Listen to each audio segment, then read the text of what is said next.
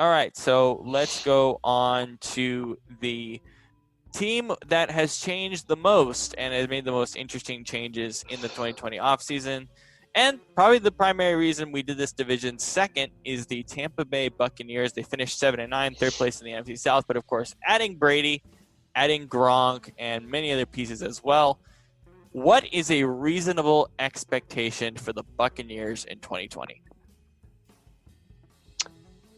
I'd say a wild card. Yeah, I was gonna say 9-7. Yeah, right? Yeah, something like that. 9-7 because I think the Saints are gonna win the division handily again. But I think the Buccaneers will pick up a couple games, and I say 9-7 only because the Buccaneers still have work to do on their defensive side before they can really be considered a threat. See, this is where I differ with you. I honestly believe that defense actually played better than most people thought last year. And I mean, they were good. I don't think that they played consistently enough to... No, and I agree. I think they were pretty inconsistent. I think they definitely showed flashes. But overall, I thought it was a good season defensively. I think they're a breakout defense in 2020. I think their defense... they got some new good pieces, too, so... Right. Yeah. Anything that stands out of their schedule before we look at their depth chart? Not really. Pretty much the same schedules. Yeah. Yeah, I mean, nothing... Do you think New Orleans Buccaneers to start the year is a pretty big game? Yeah, for sure. You get Brady versus Breeze. How interesting will it be for you guys to see Brady in the NFC? And how does that change, like, his... Because, I mean, with the AFC, they're always a little bit weaker. And now the NFC being as strong as it is, now adding Brady, how do you think that will impact the Bucs this year? Brady's no longer on the team that's doing the hunting. Right. Well, it's not even the fact that he's on the NFC. It's the fact that he's not in the New England uniform. Yeah. I mean, that's weird. That's so synonymous with who he is. So, seeing this, it's like, whoa, all right. It's kind of cool. I mean, it's a nice change for him, I think. But yeah, I mean, I'm definitely intrigued by, the fact that, I mean, you got like two of the, not top five anymore, but like Breeze and Brady, I was going to say two of the top five quarterbacks in the NFL, but they're probably not both top five anymore. Top 10. Yeah, top 10. But I mean, in the last 10 years, they've been top 3, probably. Yeah. Now you have them both in the same division to kind of close out their careers. Should be interesting. Yeah. I wonder how that offense is going to go. Because I worry about Brady. This is a team that needs a long-range passer. One of the things with Jameis Winston that was so fun was that while he threw so many interceptions, that offense was still pretty dynamic. And Jameis Winston honestly had the best season of his career other than the 30 turnovers. Brady is not going to throw like that, right? Brady's a very methodical thrower, short-range thrower, but this team is ready for the long bomb. You got Gronk, you got O.J. Howard, you got Godwin, you got Mike Evans. This team's ready for some long bombs, and I don't think Brady's that type of quarterback. No, he will. I don't think if he's the type of quarterback. I just don't know if he has the arm anymore. Right. I think at this stage of his career, he just doesn't have that type of arm. So, I mean, last year, he still made 50-yard bombs down the field to Edelman or whoever. I mean, I think for me, it's not so much a matter of, whether or not he can, but it's like, does he actually have somebody to throw to? And now he has many people. Right.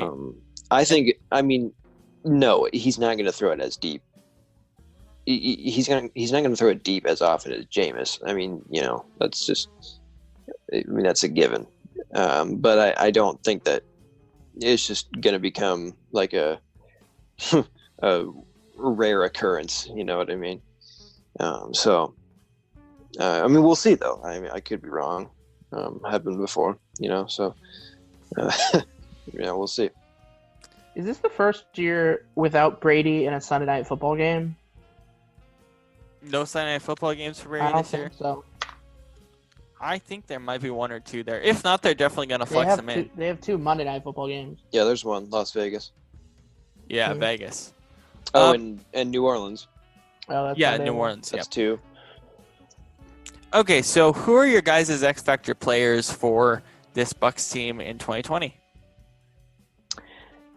I mean, for me, it's the man himself, Tom Brady. I think I know that there's a lot more to this team than him, obviously. But, you look at, I mean, like you said, this offense was, it was very dynamic last year, minus all the turnovers. I mean, they had so many. You get somebody in the pocket who can work in Bruce Arians' offensive system, which I think is very good, and with an offense that is so versatile.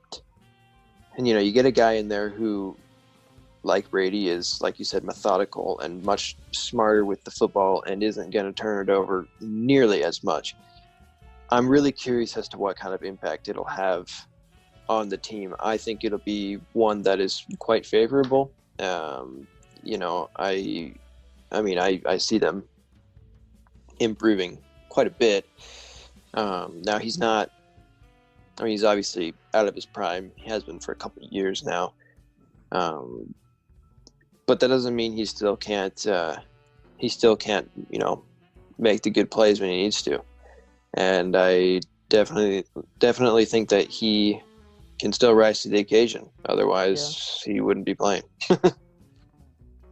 So my guy, my X Factor would have to be Ali Marpet. I just think that guard position is really important. It's the most important position. No, I'm just kidding. I would have to agree with Shane. Yeah, I mean, you don't go out. I mean, the guard someone... is important. Look, Ali Marpet's a good guard. That's actually good. one of the things about this offensive line too. Them adding Wirfs and having Marpet there should help a lot. I was only sort of kidding. I mean, he's a good lineman. But you don't go out and get someone like Tom Brady and not assume that he's going to be the. To me, Tom Brady is, if he's Tom Brady, vintage Tom Brady, they will be tough to beat. If he's good Tom Brady, they'll be pretty good. It's just a matter of, this is going to show, is Tom Brady only Tom Brady because of Bill Belichick? Yeah. And I don't think he is. Oh, I don't either. It's a question to be asked. I think Brady and Belichick, like, even separately, are still going to be good. Like, I think Belichick's still going to have a good year. They're not going to make the playoffs, but they're going to have a good year, and then Brady's going to have a really good season as well. I thought you said the Patriots were still going to be good. I think that's what I'm saying. I think the Patriots are going to win about 7 or 8 games. Well, that's not good. I think that's good by their standards, man. I think the Patriots will win something like 5. We'll get to them when we get to them, but that's a preview there. I look at this defense, and I'm going to go with Shaq Barrett. He had an incredible year. He was on a prove-it deal. Got, I think, 12 and a half, 13 and a half sacks last year. Just one of the most underrated seasons, but he had an incredible year, got himself a great contract extension. Simply put, if this team is having Super Bowl aspirations, which I think they are with Brady only has a couple years left. They're in win now mode. This defense has to step up. And I think it starts with Shaq Barrett getting some sacks. And he had a great year last year in terms of sack totals. I think he can do it again. But I think this defense is really on the rise. And if this team finds their way to the Super Bowl, it's not necessarily going to be entirely about Tom Brady. It's going to be about this defense. Oh, for sure. I mean, like they say, offense sells tickets, defense wins championships. Right.